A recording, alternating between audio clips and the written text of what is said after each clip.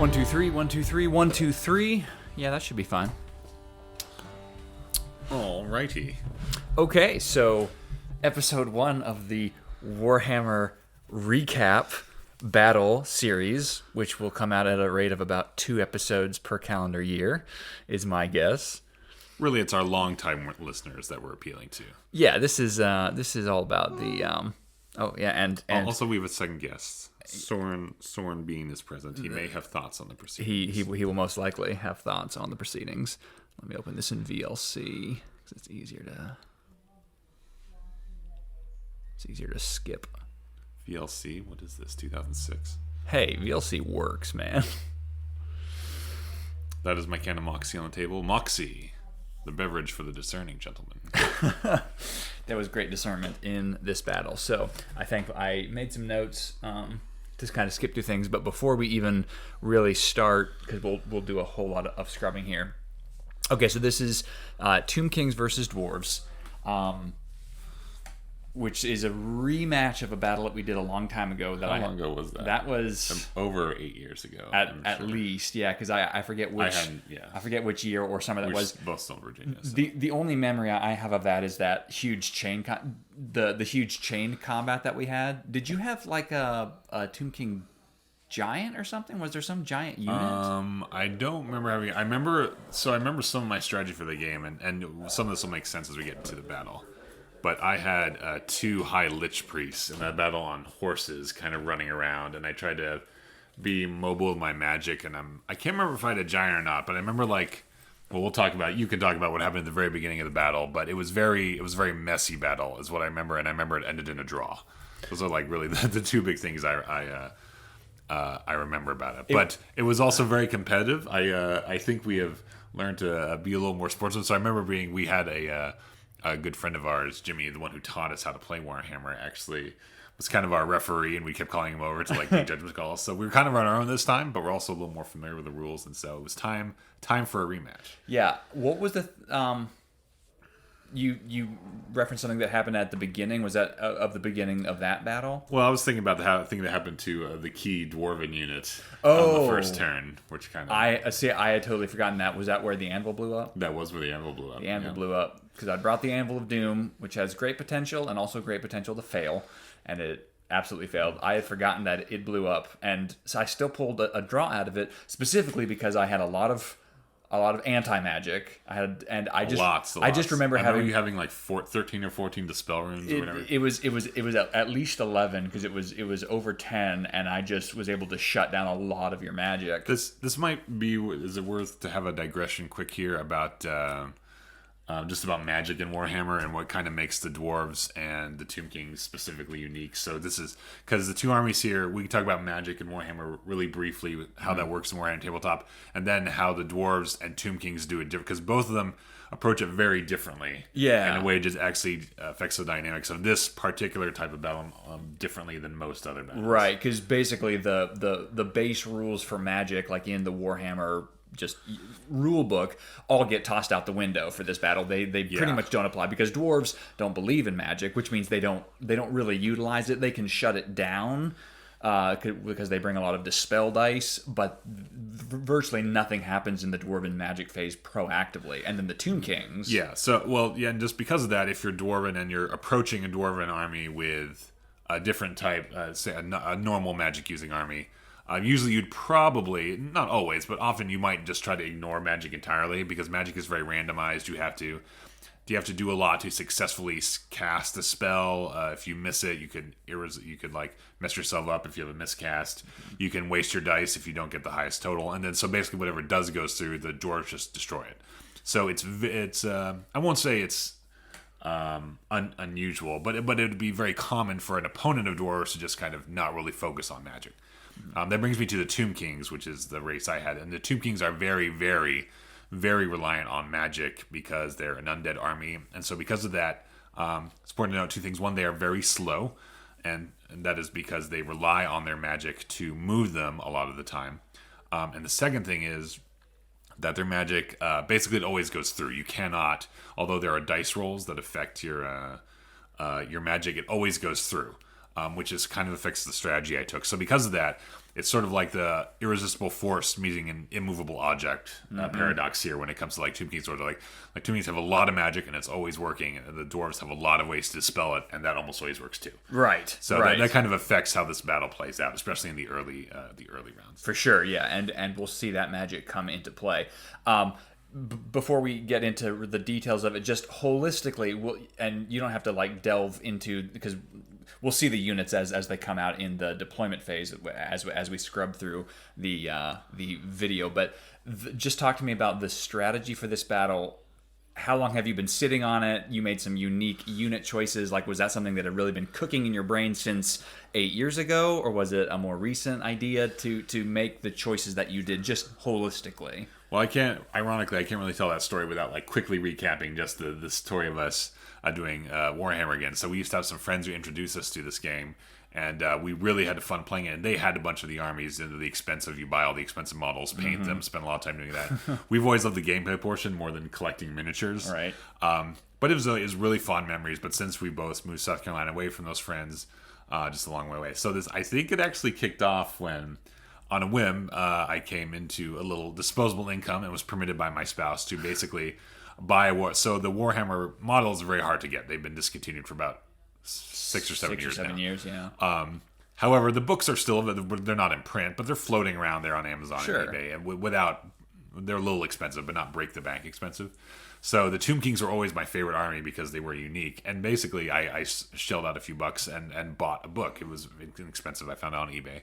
Just because I wanted to read it again. Yeah. And I had it mailed out to me. I had some free time, so I just spent some time just making an army, which made my wife think I'm a total nerd, which, to be completely fair, is absolutely correct.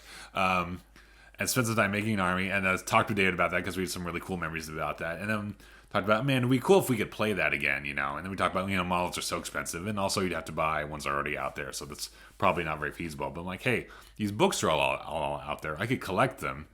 And what could we do if we collected them? And then David, being him and his wife, very creative, like, well, we could maybe do this with just like tokens, because the dice are fairly standardized. Sure. And like all of the units, although their models are very creative, their base size, and for gameplay purposes, all their base size matters. Their base sizes are online.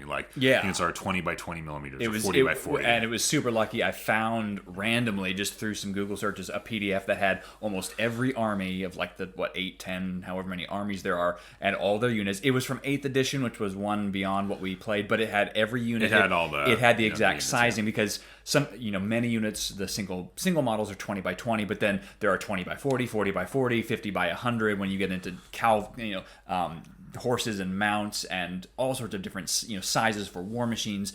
But I found this one document that had it all, and as soon as I found that, I was like, it doesn't matter what they look like. I mean, you have to identify them, but because there's so much measuring, if you have those base sizes, that could work. So, some creativity, some sticker paper printed out on chipboard, turned into some pretty good looking models. But yeah, so you had the Tomb King, you looked at the book. So as soon as we talked about hey, this is maybe feasible, I immediately, because it was fun, I went in, and the Tomb King's army, I've built a lot of armies for. I think I've collected all the books now, and almost all of them I've built at least one army for. But the Tomb King's army was the first one I built. So it wasn't, as soon as we had that talk, I talked about a rematch. I thought about what I want to do. I knew some of the dwarven strengths. I knew David, and I knew if we had a first battle, the dwarves would almost certainly be what David is, because David is the dwarven master. As you'll see, I'll comment when we get to his setup how he's very good at the setup. So should I talk about my strategy for the battle a little bit when we get the setup here? Yeah, well, that's so it was when you got the book and you kind of conceptualized this idea pretty early on. Like, you built, which is another difference. Like, you built your army and you had it basically set minus tweaks like several weeks ago, months ago. It's been several months. Yeah. Because see, I'm very much I'll choose 3 or 4 different army ideas. But I finalized half of my army the morning of. I had ideas, but just figuring out exact runes and units and things like that. I'm a very last minute, which is probably why I suck at strategy games in general. Anyway, so we'll get to the units quick. We'll scrub through some of this terrain setup. We had some different just hill pieces and tree pieces. You alternate placing tree. I will say the considerations here are, we both will have some ranged units, and there are bonuses to ranged units being on hills. So we have hills, you see us putting up in our own deployment zones, so you can put like shooty units on hills so they can see more, and also some trees. I think so. Trees are primarily an obstacle. You can move them, but as we discovered, they're really painful to move through. Yeah, super painful to move through. What I didn't tell you at the time, actually, is that chariots actually take like strength hits if they move through difficult terrain. So they literally couldn't move through the terrain if they wanted to. Yeah. Well, they could have, but they would have like hurt. Sure. Yeah. And a dwarven unit is very slow, so it just takes them a long time to move through. But of course, I don't want to, even though I'm not going to be moving through trees, I need lines of sight to be able to see for all of my shooty units. So the two things I think will, as you'll see through the setup here, are two considerations when we start putting out the trees. I think David is putting out trees primarily to try to block me, just for the nature of the armies. We knew that as dwarves, you defend and you make the enemy come to you. So I knew I was going to have to come to him. Right. So primarily, I want to say, I won't speak for you, but you're putting up trees to basically make it complicated to get to you while still shooting me. And I was putting down trees with the idea of I want to try to block your lines of sight and sort of control, make it so I know which lanes of shooting you can shoot into, and so that I can try to avoid them as long as possible or find a way to counteract them. Yeah, absolutely. So we get to this basically where we see the terrain layout here. We've got more or less two hills on each side. I put that one out in the top right, out of your deployment zone, just to try to create one little obstacle, since I knew, again, dwarves aren't going to go anywhere. It's all about the enemy coming towards them. If there's anything you can do to slow down that movement and give yourself extra opportunities to shoot, that's what you want. So pretty basic terrain layout here. Nothing too excitable about it. But I should say, if you get into Warhammer, the terrain setup can get very, very complicated if you get really into the. We have basically two types of terrain you'll see here. The hills, which aren't really an obstacle. You can't see through them, but you can go over them without penalty. And the trees, which is they call a basic level of difficulty terrain, so you can't see through them or over them. You can move through them at like a half movement penalty. Yeah. There's all sorts of other terrain. You could do like extremely heavy terrain, which decreases your movement by a factor of 4. Yeah, you can water, do like houses. You can do buildings, water. You can do victory points, or like points for some sort of objective to hold. There's all sorts of stuff you can get into that. But this is a relatively simple setup. It's sort of what we were used to, and so what we both kind of like lead to, and also what David and Lindsay agreed to make. So. Right, yeah, exactly. What we had available for this, and that's something when Lindsay was asking, like, what should I build? I'm like, just some mountains and trees. Like, if we keep doing this over multiple years and get this homebrew set up, we could get complex, but keep it simple for these first few battles. So we'll get now to the actual piece, the actual unit setup part of the setup process. We've been talking. We should show some video here. Yeah, well, and I'll kind of scrub through this. Just it'll be some time lapse, and I'll cut some things out here and there. So we're not necessarily, we can just kind of comment on things as they go, both from a this is happening, but we can kind of speak holistically, since we don't need to have 6 hours of commentary. This thing can be like 30-40 minutes. I mean, I go 6 hours if you want, but we'll condense it for that's the problem, is that we could absolutely go 6 hours. So the unit setup, you roll to see who deploys first, and then you alternate armies, each putting out one unit at a time. So you immediately start putting out chariots. So let's do that. Just a quick word about chariots. I mentioned the Tomb Kings are a very slow army because they can't march, which means they can't double their movement on open ground. They rely on magic to do that. With two exceptions. The one is chariots, which still can't march, but because they're horses, they can move a range of 8 inches. So they're the fastest unit the Tomb Kings have, with the exception of Carrion, which are actually an exceptionally weak unit. They're flying. They're a flying unit, but because they can fly, they can fly moves, I think 20 inches. 20 inches, yeah, which is so they're not very fancy, but they can fly, so they can move around quickly. So I said Tomb Kings can't move quickly. The army I bring here is about as fast as a Tomb King army can move. Yeah. And something else here, the chariot block units, that's uniquely Tomb Things, because the lore, they're sort of like, the ancient kings of Egypt. So there are other chariots within Warhammer, and usually chariots are very powerful and big units.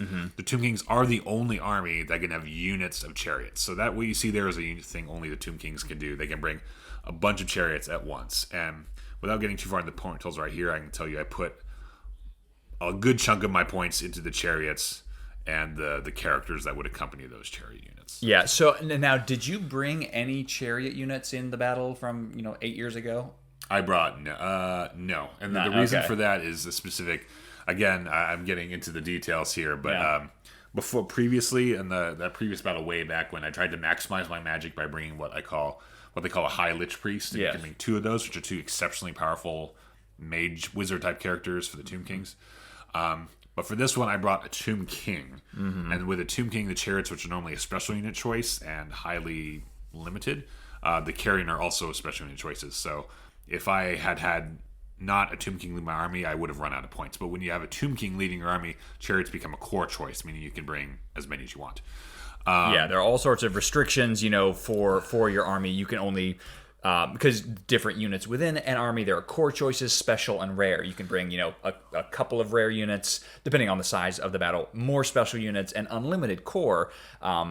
But you're locked into that. So, you can't just field an army of, 12 rare units. You have to look at these 12 giants, or you're right, limited to a set number. It keeps it balanced like that. I had looked at the tomb, of course. And I should say for most armies too, when you talk core units, you're talking like a block units. Like I think you can probably by now see for David, like those units of block units, 25, 20, 20, 15, 20, 25, or higher, number of units. That is usually for most armies what a composite army look like. That's what core units look like. They're like general spearmen or archers or what have you, depending on what the army is. But so when you see my chariot units, those are actually my core units. So again, that's an exceptional thing for the army I decided to do with my army build. Which is absolutely crazy. And I'm just gonna scrub forward a bit here till we have a view of kind of the full layout. Which is about here. So so now we can kind of pinpoint.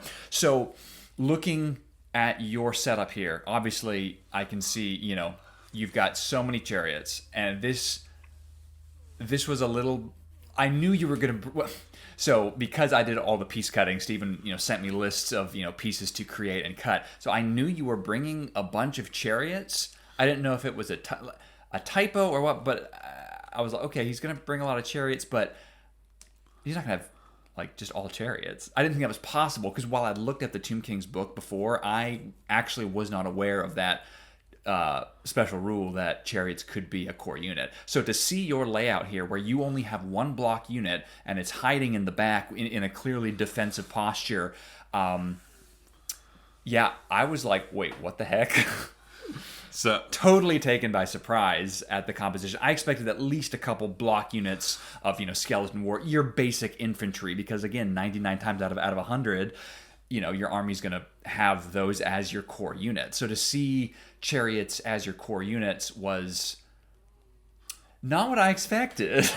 Yeah, so there's a couple things you can do, and Tomb Kings are my favorite army, so I could talk about them a lot. Sure. But generally, they are, if you bring a traditional block unit, so they have some advantages to their shooting. If you're bringing a lot of skeletons, they're arrows of the asp, which we don't have to touch here. But the long story short, they can be as I mentioned, they're a slow army, so you can make them slow and defensive, and make the enemy come at you, because all of my guys are undead. They cause fear, which is hard to come at. So you could make kind of a shooting based army with some monsters to try to flank who's attacking you. The simple truth is you can't outflank the dwarves, and I tried that before. Outshoot them, or I considered it, and it wouldn't work. Dwarves have a ton of war machines, and we'll talk about your setup in a second. So I needed to make a unit as fast, an army as fast as possible, because short answer is I have to get to your gun line, and I have to crash into it as much as I can. With as much as I can, as soon as I can, to keep you from shooting. Right. So when you see those, I got 3 units of those 3 blocks kind of close together, the smaller ones. Yep. Those are the carrion. They can fly. Again, a terrible unit. I don't really expect them to win much combat, but they can basically tie up either your guns or your war machines. Right, because as soon as an enemy is in close combat, they can't. The war machine can't fire if its crew is defending it. Even my units, my sort of block units on the hills, which are quarrelers, think like crossbowmen and thunderers with their muskets, if they're in close combat, they can't shoot anymore. So getting ranged units into close combat is how you nullify their bonuses. And I knew that was going to be a big part of your strategy, no matter what kind of army you faced, because the dwarves are going to bring so much shooting. I mean, the dwarven tide of the battle is in the first couple of turns when they're getting all the shots off as the enemy's coming at them. So I wasn't, while I was shocked to see nothing but chariots on the other side, I also knew that you were going to be trying to come at me hard and fast, and that I had to try to be very successful with shooting early on, and two, try to use, because I knew about the Tomb King's magic, and one of their magical things is getting their units to take extra movement. So I said, if I can shut down that magic and just buy myself as much shooting time as possible, that will be the only path to victory that I have. So yeah, in my deployment zone, you see a very typical dwarven line. I mean, I have 6 war machines, 2 cannons, a grudge thrower, 2 organ guns, and a flame cannon in the center of the line. And then 3 block units. I'm very shooty. Again, there are some gimmicky things you could do with the dwarves, but I brought a pretty traditional layout because my only hope was to shoot you to pieces before you got to me. Not that I didn't think that my block units could, hold up in combat, but my whole strategy was to shoot the crap out of you. Let me talk, if it's okay. I'll talk about just about what I saw in your line, sure, and then also a little bit about my magic strategy for this game. So, so when a dwarven gun line, as you see here, is pretty intimidating. I knew it would be big because we had bigger armies, but still intimidating. However, what I saw was still although it's intimidating, it is kind of what I expected. Mm-hmm. If you see the pennies kind of in the bottom of the screen there, those are units that they're like small bug units that come up from below, and units that wouldn't win a combat but could again tie up your war machines. Mm-hmm. So what I've seen here is that you've got very 2 powerful melee units in the center, and then you have another powerful melee unit on the right. Then you have the two units on the hills, the kind of like the rectangular block units on the hills are ranged units. Mm-hmm. So I knew kind of right away seeing this, because my idea was to kind of suck up bullets in the middle and then try to crash at least one flank.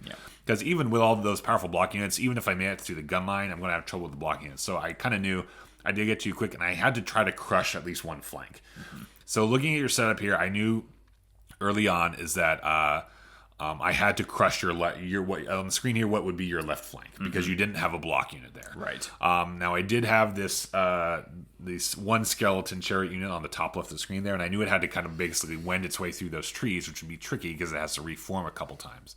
But I thought it could try to get to that gun line quickly because it'd have trouble being shot at right away, and then try to keep the rest of your line busy while I closed. Then in the middle there, so you see kind of, per the rules of the game, the middle of the game board always has to be kind of empty. Mm-hmm. So I put kind of one chariot unit right in the middle there. So that one is actually carrying an item. It's one of the only items in the Tomb's roster that makes them resistant to missile fire. That's called a Mirage Standard, and it basically makes them a little bit harder to shoot them. Mm-hmm. I won't get into details there, but that's kind of hey, this is going to be my soak it up unit. I was kind of hoping that you would basically shoot everything at that one, because I was I'm going to take casualties. This is the one I want to soak up bullets and take casualties. Okay, so quickly about magic. So with the magic, what I could have done is basically bring a lot of mages. But what I discovered is that if I brought mages versus if I brought Tomb Princes or Tomb Kings, Tomb Princes and Tomb Kings also have the same magic. It's not as powerful, but they have basically the same amount of spells. So my idea here was not to overwhelm you with my number with the number of dice I was casting with, but with the number of spells. All the Tomb Princes and the Tomb King have a bunch of basically make their guys move with a single dice. Okay? Mm-hmm. He's almost always going to dispel that single dice, but I have a lot of single dice I could do, and he has to dispel them a lot. And if I especially if I roll a 5 or a 6, he has a choice to make, because is he going to use 1 dice or just 2? Because if he uses 2 dice for one of mine, I'm going to outnumber him pretty soon. Yeah, there's only so much you've got to be making those decisions of how much of my dispelling dice can I use? Do I need to save them back? What else does he have? And especially in that first turn, figuring out what you were trying to accomplish. So I wanted to make that choice difficult for you, and I kind of thought was even if I get a single unit to move extra on this first turn, I'll be doing okay. And I think that's actually what ends up happening. But and then just a quick word about TABLETOP, because I do have a very powerful unit called the Tomb Guard back there. Your one block unit that you bought. On the hill there, I have 2 war machines, which we'll talk about shortly. And then I have a Casket of Souls, which is another thing that is a magic casting thing, and my Hierophant sits on that, which is a high mage you are required to have. Basically, if he dies, your army starts crumbling. So you have to protect him. So I put a rather expensive unit up there to, 1, protect him. 2, if all else failed, they could secure that corner of the board. And 3, David has a unit called the Miners, which could come up from a board edge. And I really, really, really had to protect that Hierophant. So I invested a lot to put him there. And, I could have used those points to maybe make another Chariot unit. I might not have had... I think I ran out of characters. I wouldn't have had another character to put in it. So I wouldn't have been... There was, as you can see from the frontage, there's no more space to put another Chariot unit. And I wouldn't have had a character to make it go faster anyway. Right. So that just kind of made sense for my strategy. Your line and layout was very balanced. While spoiler alert, I did bring a unit of miners. Only 10 of them. My only goal there was to, if you had brought some catapults or the casket to try to get behind your line, and not even like killing your Hierophant was not even on my radar. But if I could just tie them up again, just tying them up, taking that shooting capability out of the picture. But with your block unit back there, and of course the miners don't actually come in until over halfway through the game when the tides have turned, and we'll see that later. But yeah, so looking back, if I could have done something differently, I could and should probably have brought another block unit, just reconfiguring points to protect that left flank. I don't do a lot of the part of Warhammer strategy that I am the worst at is both visualizing a strategy beforehand in terms of board placement and also moving, which is one of the reasons I play the Dwarves, because they're not very reliant on movement and trying to flank the enemy or trying to move creatively. Like, they sit there and they shoot at you and they can take it in the face and they're good at close combat. But yeah, like as I'm laying things out, I'm like, ooh, I knew I wanted those 2 block units in the center, but maybe I should have just had the biggest unit of hammerers and swung the Longbeards out to the left to protect that left flank. There's several things that I could have done. That would have been a tough choice, because then my Chariots could have maybe like where those your Longbeards are could have swept there and kind of broken your line in two. Right. And I think you probably made the right choice there, because those trees would have really been protecting against any infantry unit. Those would have like really, really slowed me down. That's more just like a function of the cavalry unit. They were just having an advantage in closing in there. Right. Yeah, for sure. And as we see here, we were talking earlier, I didn't bring the anvil at all. The anvil. The anvil. I really, I assumed he would bring it, and he didn't. And I didn't, partially just to kind of surprise you, but that's not a great reason for doing something.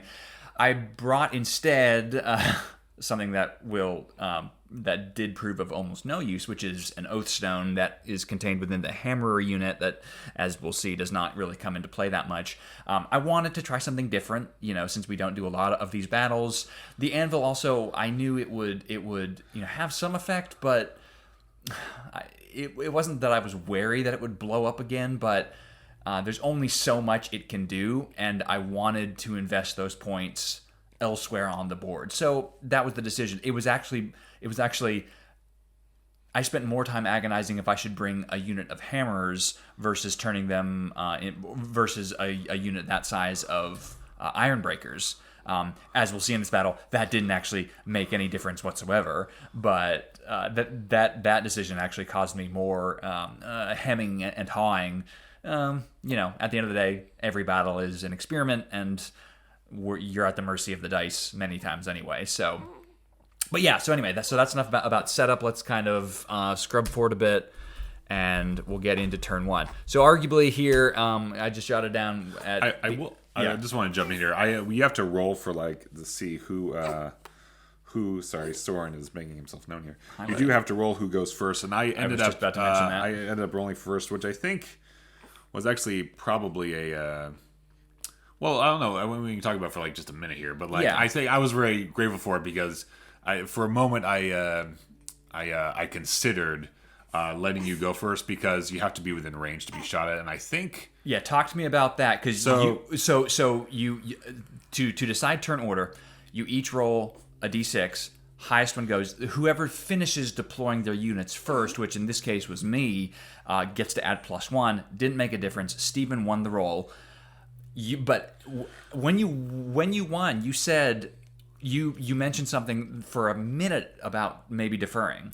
which So- I could not believe. Did you actually So I consider that? did, just why? because if you had shot first on turn 1, there's a bunch of your units that wouldn't have been able to shoot, and I thought, want to use up a turn shoot. So I want to say of what you got here, your cannons, the grudge thrower, and I think the quarrelers are the only things that would have been able to actually shoot me. The cannons, You have the organ guns, your thunderers, and the flame cannon, all of which will hurt later in the battle here, would not have been able to fire. Now, the flame cannon would have been able to fire because the flame cannon is something where, and we won't get into all of the minutia of It just would have had to have a good details. roll, right? Because, Yeah, if you roll, you can guess 12 inches, and then you add the artillery die, and then the template is 8 inches. So it has the capability to go 30 inches in total.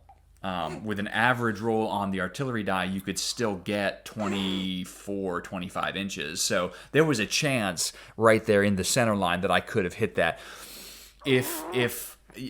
Not having the first turn for the top of the first turn, because you can think of each turn as like a baseball inning where there's a top of the first and a bottom of the first. So here Steven chose to, in fact, go first. He gets the top of the first, then I get the bottom of the first, and then you move on to the second turn.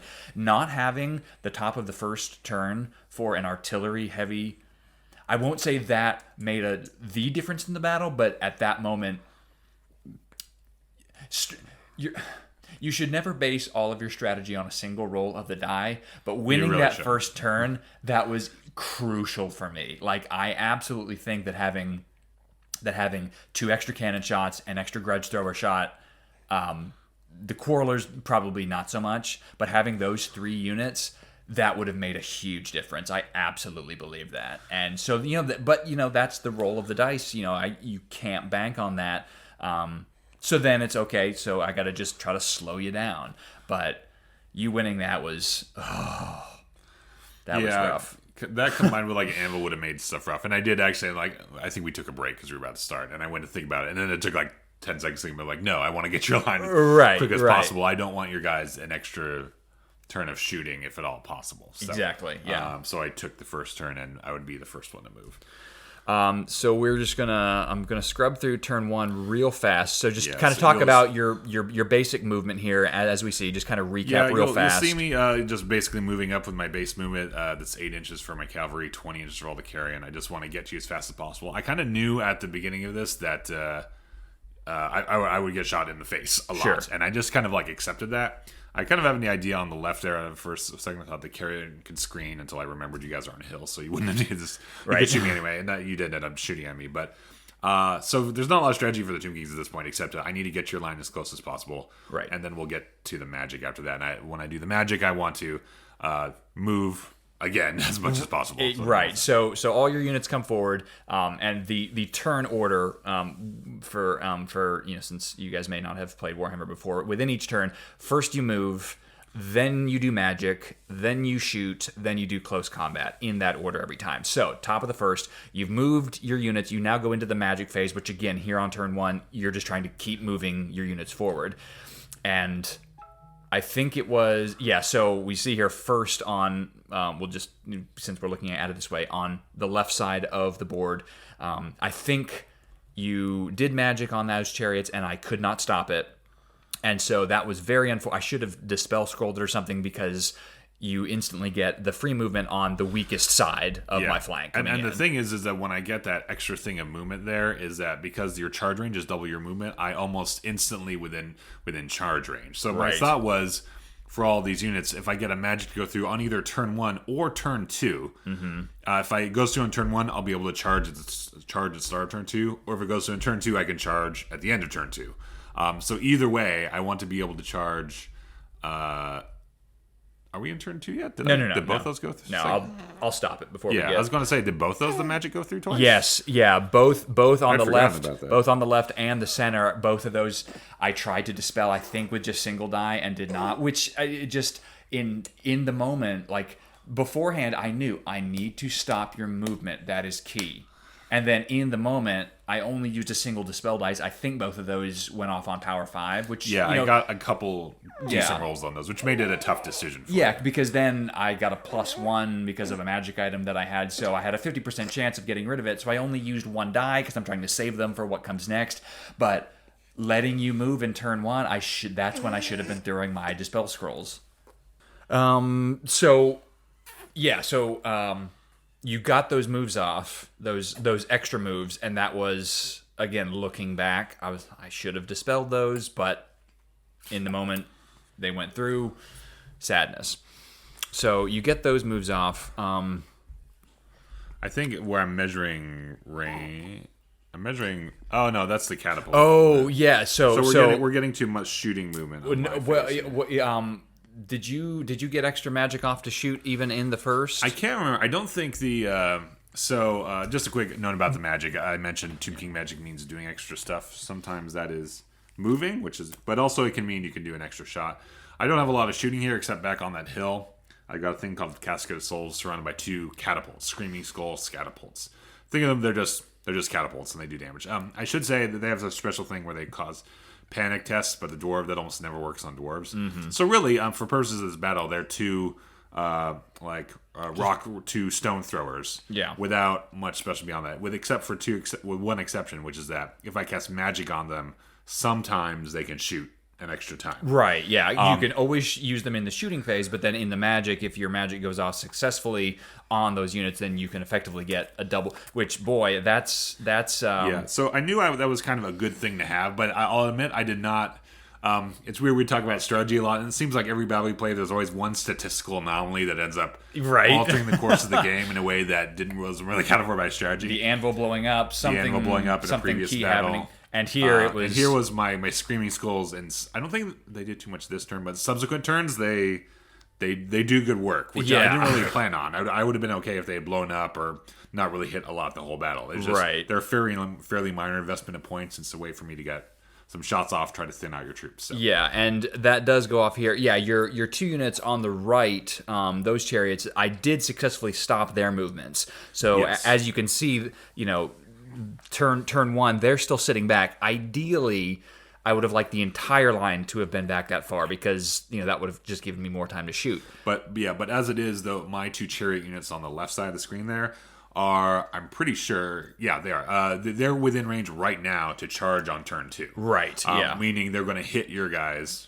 before they shoot again on turn 2. Yeah, and because you have the top of the turn, the top of the second turn, if it was reversed, if you were charging me on the bottom of the second turn, that would still mean that I would have the top of the first and the top of the second. So that's still 2 turns. That's a third of the battle that my shooting stuff would be. But because you've got the top of each turn, that immediately, because then when it, if we're in combat by the time it gets to the bottom half of the second turn, then I'm negated. So that was magic. So yeah, we're resolving the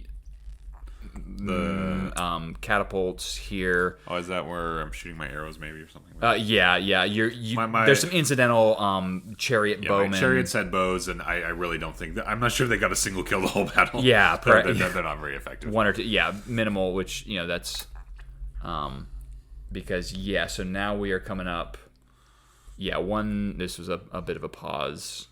156. Yeah, so this is where we go into the bottom of the first. So this is now my turn. So it's unfortunate, especially that you got the successful movement off on my weak flank. It would have been interesting to see if you'd gotten the extra movement off on my stronger flank. Yeah. If that would have created a whole different dynamic of the battle. And I think some of that may have been the choices I did too, because I think I may have done. Basically, you have to do my magic in a certain order, but I can do the 3 princes I have in the order I want. I think I may have done it on the left flank first, so that you're. I can't remember exactly. Yeah, I think I may have done that first, which is the one I cared less about. Maybe so. Because then you can use up dice that way, and then you're a little more leery when you're running out of dice as I get further along my magic phase, and may have abstained from Maybe so, yeah. Abstain from dispelling some of my other movements. Yeah, I can't remember in which order you did that, but yeah, either way, it resulted in you coming down. So for my turn, I have, my melee units are not going anywhere. It's just a matter of shooting here. So you do a lot of measuring. You have to call out your... I feel like your stone thrower did well on this turn, because it, like, wrecks my team. Yeah, so my stone thrower was firing at your 2 chariot units on the right side of the screen, which I knew because the stone thrower is a quick note about that mechanic, because we'll see that come into play down the road. For stone throwers and cannons, you have to guess ranges. So without pre-measuring, you have to say, I'm firing 19 inches towards this unit. You then mark that, and then things can happen that affect where the stone or the rock or the cannonball goes. So there is some element of random chance there. Plus, you have to guess well in terms of how many inches across the board you want to call that. So yeah, so I fire my grudge because I know you've got a bunch of units there. So even if the stone moves, I'm hopefully going to hit something. I've got my organ gun firing at your carrion. Couple of war machines. Soren is not happy about this shooting phase. Yeah, he knows the pain that's going to come. Okay, so yeah, I see what's coming. Again, there's no confusion there. At this point, yeah. I'm very... So I know that your carrying units are, going to come in and disrupt things. I know at this point, everything from the middle of the board to the left side is going to hit me on turn 2. There's no surprises there. So it's a matter of, well, let's just get as much damage in as possible this turn and then see what happens. Like, there's not a lot of... strategy on the fly I can really do here. I know that I'm going to take it in the face. So, and I'm not sure you did especially poorly on your on your shooting in this phase. Remember, we're about to see the results of it, so. We'll see it even as we just kind of scrub through things. But no, it was a very successful shooting phase. We'll see it as you hit me in the flank there with I was trying to avoid a flank hit with the cannon, but that was also my one that has resistance. So I was kind of hoping that I would avoid, but nope. That cannon shot knocks out 2 of my chariots. Yeah, so right away the cannon shot knocks out 2 chariots there in the center. Huge morale boost for me. That's exactly what I want to see. What are we shooting at next? Okay, now we're doing the grudge thrower. Like wreck because it landed all these right stuff on. Don't allow like armor saves and whatnot. So basically, if it hits you, you're gonna take. You're almost certainly dead, so. You're gonna take wounds. Very effective. And let's see, what do we... Yeah, so again, 2 chariots out of that unit of 5 just instantly go away. Flame cannon here hits you... Was this the one with the thing where it didn't... The flame cannon is like really effective against blocking units because it covers people, but I think I got lucky with like the glancing blows on that. Maybe so. Hitting one of the... It still destroys one of the chariots there. Yeah, so basically, it only had these 2 characters, which is something I would actually take advantage of momentarily. I think we'll get to. Yeah, and it puts a wound on one of the other ones. It does. Oh, that was a really weird thing because we had to determine which one it hit, and then if it. There was so much. That was a really weird. So much randomizing and figuring out what hits go where. I take out 2 of your carrion here with my organ gun, which the organ gun is just so underrated. The organ gun is really... It's just fantastic. It's a piece of work. It is a fine piece of machinery. And then here my Thunderers are firing again at your chariot unit there that's still partially on the hill. Did I actually get one of them? No, I just put just a singular That was one. Lucky on that because I think on subsequent turns, and there are subsequent turns, there were like another couple turns you're shooting, and the Thunderers do damage to my they're chariot. good. So I think I got lucky on that turn. My Quarrelers there take out one of your carrion coming in... which is mostly just... Or was that I think that might have been the cannon. The cannon might have killed the... No, I think it was the... Was it the Quarrelers? I think it was the Quarrelers. Okay. I forget. What did the cannon on the left do there? I feel like it stuck in the ground. It came up just short, didn't it? Yeah. Or went through the carrion and then came up short of the chariot. Yeah, so here we are at the end of turn 1. So finished with turn 1. This is what we see. Again, I'm very happy with the shooting that I got done. The fact that I sort of kind of decimated. I took big chunks out of your center unit and out of that second unit coming in on the hill. So again, it hurt as I knew it would. The big things that I took away positively from that shooting phase is one is that chariot unit on the left, the one that needs to be able to crush that flank if I'm going to start to roll up your line. Basically untouched. Has made it through intact. Yeah. Second thing is, although I did damage, I haven't lost any units left. all of these units are still able to function and charge. And if any of your units can function and charge, even if they're not long for this world, cough carrion, they're still going to be able to disrupt you for at least one turn. Right. Also, those 2 coins, although it's randomized, I think it's a 50% chance for those things that come up from below. They both come up from below this turn. Yeah. And they can charge on the turn that you come up, which is huge. I was really hoping that my organ gun would maybe take your carrion unit out there, because here on the right side at this point of turn 1, I say, well, okay, well, I know... I think that last carrion might have even had 1 wound on it. And they only have 2 wounds. It had literally 1 wound left in its deck. Right. So at the end of turn 1, I know that my left flank is going to just take a beating. But the right-hand side, which has, again, a grudge thrower, a cannon... the second organ gun, and the Thunderers, the more powerful of my 2, blocked, ranged missile units.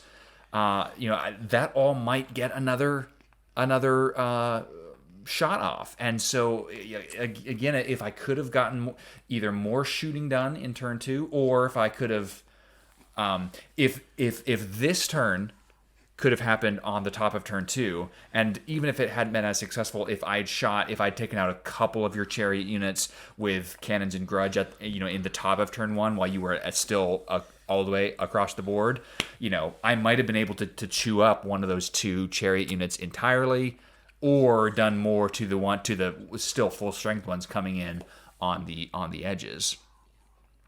But so that's where we are at the end of turn 1. So you go forward, and then my 2... Yeah, so then my 2 swarms come up. The 2 swarms did come up successfully. And this is about when I start declaring charges, and it gets interesting. So I will say that unit in the middle, which now is only 2 chariots with the red die on it, although that unit had been severely damaged to the point where it's going to have trouble taking one of those block units, right? However, what it can do is it's small enough to charge one of your smaller units and kind of squeeze in between. So I saw an opportunity, what's the phrase? Opportunity is disaster in another guise or whatever. Yeah. So what I'll end up doing here is I declare charges. I'm like, hey, I can take out one of the war machines with this unit now without actually hitting those block units. And because if you destroy a unit on one turn, you can basically go right through it. And if I ride between your units, they won't be able to turn on it and charge, which is what I kind of counted on. And it actually ended up working kind of well here. It worked out super well. Again, my big block unit in the center, the Hammerers, which has 31 models in it, that's a big unit. That's a big dwarven unit, and they're tough. If you get them into combat, they're going to stick around because of certain attributes they have. They're going to do damage. They'll tie you up. And my general, my dwarf lord in that unit, is carrying an item called the Oathstone, which was an integral part of my battle plan, because what I kind of wanted to happen was that unit to get into the middle of combat and basically start sucking your chariot units up. The ones coming in from the flank, I know they're going to come in, they're going to probably crash through, destroy, but if I could get even several of your units against my unit of Hammerers, then I could tie them up, do some damage, win some combats, and maybe get you worn down that way. As it was, you managed to align that unit on my flame. Well, we'll get there here in a bit. And what I didn't know at the time, basically, I would have probably tried to avoid your Hammerers frontally anyway, because they're a tough unit. But if I had gotten in touch with them when one of my block units, it probably would have been stuck the rest of the battle. Yeah. Well, and because even if you charge the unit with the Oathstone from the flank or the rear, they can still instantly set the stone to where it doesn't matter. Yeah, it basically nullifies what I'm trying to do and get around your edge. Yeah, and so I would have been fine with even, which you'll see here, I actually do some movement of that unit out in the center, trying to attract really a charge or an overrun or something, just because I wanted that block unit to get into combat as soon as possible.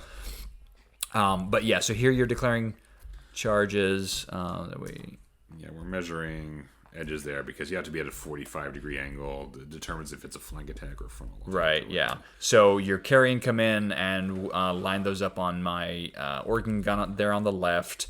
Your tomb swarms, of course, are coming in, and I think here, your chariots on the left hand. Here we are, top of turn 2, and you've already reached my line. Yeah, and this is probably what I thought was a kind of a strategic blunder here, is what I thought, because if my chariot basically and my swarm here, which kind of squashed your cannon there on the left, and I think if it had lasted through one turn, But basically, you can't lose the combat. I have to overrun it. I have to kill everybody there, and then I get overrun stuff, which everyone just keeps moving. If I hadn't overrun, I think those two units would have hit into each other, and it would have delayed my plans for that flank for a turn. Yeah. But because I overrun, which is when you actually just kill everybody in the unit, they kept flowing, which is kind of a big thing. Your 2 units on the right just do a standard movement up. Yeah, I'll keep trying to move them in the match. Yeah, just slowly bring them, but we're already here into close combat on the left. You did do a good job. Your runesmiths, the guys who help you dispel stuff, they did hang around. You did a good job of protecting them. Yeah, they hung around, and I used all their dispel scrolls. Like I still did shut down a good bit of your magic, but just enough of it got through in just the right locations. Yeah. Even my units here on the right, the one with the red dice on the right side of the screen there has my Tomb King in it, and it's about to get shot up in subsequent turns because it didn't make it through on turn 1. Right. Yeah. So here, I think this is either magic or shooting. I'm realizing now on the right there, your Grudge Thrower, because it's entrenched in it. I forgot it. I think it ends up destroying the carrion, and it almost destroys my Tomb King. Yeah, that War Machine crew really did their duty. Above and beyond the Call of Duty there. Which is pretty rare for War Machine crews to actually do anything in close combat because they're just the crew. Here, your catapults are going off again. You have a nice hit on the back of my Longbeard's unit. I think one of them misses, and one does hit the Longbeard. Here. So this will start, I think, with this hit. So you see there, it didn't scatter. That Grudge Thrower did a direct hit, which is why you see you might see a green template there right now. Yeah, the template shows where the rock is going to hit, and the short answer, it's going to hit a bunch of his dudes. Right. This will start a string of success for the Grudge Throwers throughout the rest of the battle, which is kind of unparalleled. The like of which I don't know if I've ever seen. So the Grudge Thrower, just a quick word on those mechanics. Again, you say, okay, I'm going to fire 28 inches at the center or any part, but you can dictate that specifically of this unit. You then measure that out, and you'll see us put down a die, and so that's where you're aiming. You then fire the Grudge Thrower. You roll 2 die.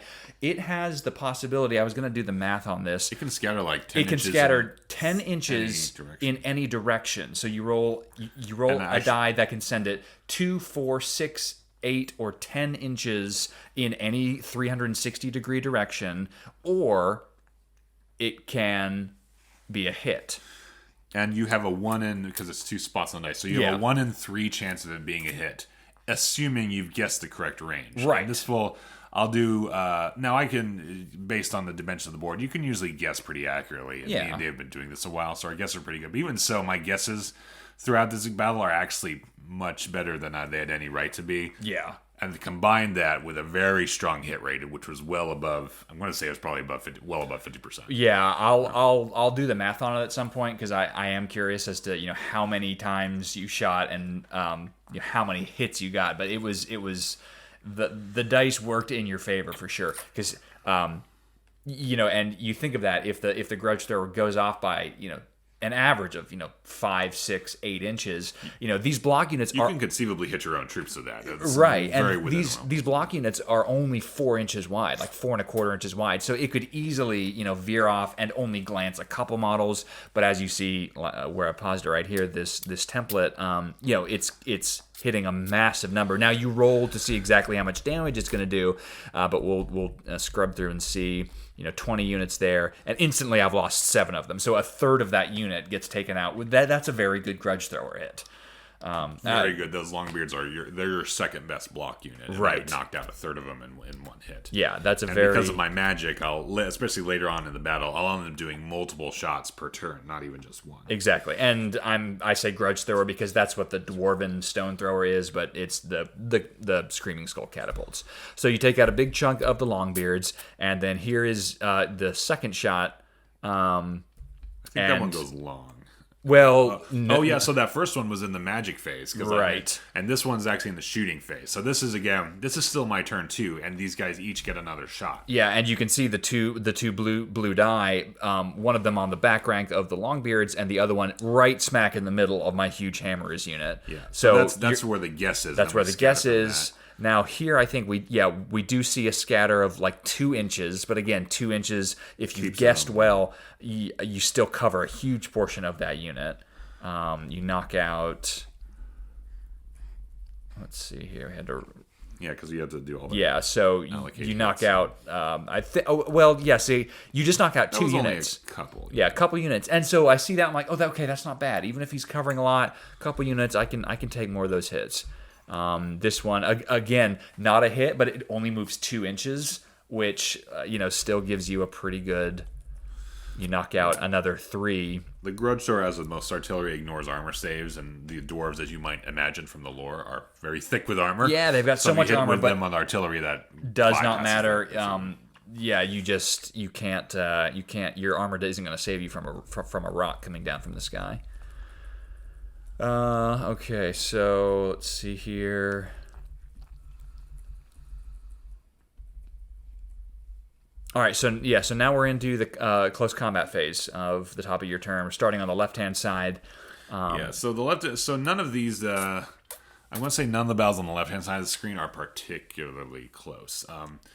Well, so the 2 cherry ones are not particularly close. Yeah. The carrion are a little bit closer. What the Tomb Kings, as I mentioned, the undead have a lot of drawbacks. They can fall apart if you kill their Hierophant. They're very slow. But they have something. There is a function in the main Warhammer book, which is regarding fear-causing units. Now, all the Tomb King's units, because they're all skeletons, cause fear. And one of the rules is that usually dwarves have very high leadership, so even if they lose a combat, you have to roll to break, and they have a very strong chance of not running away. Right.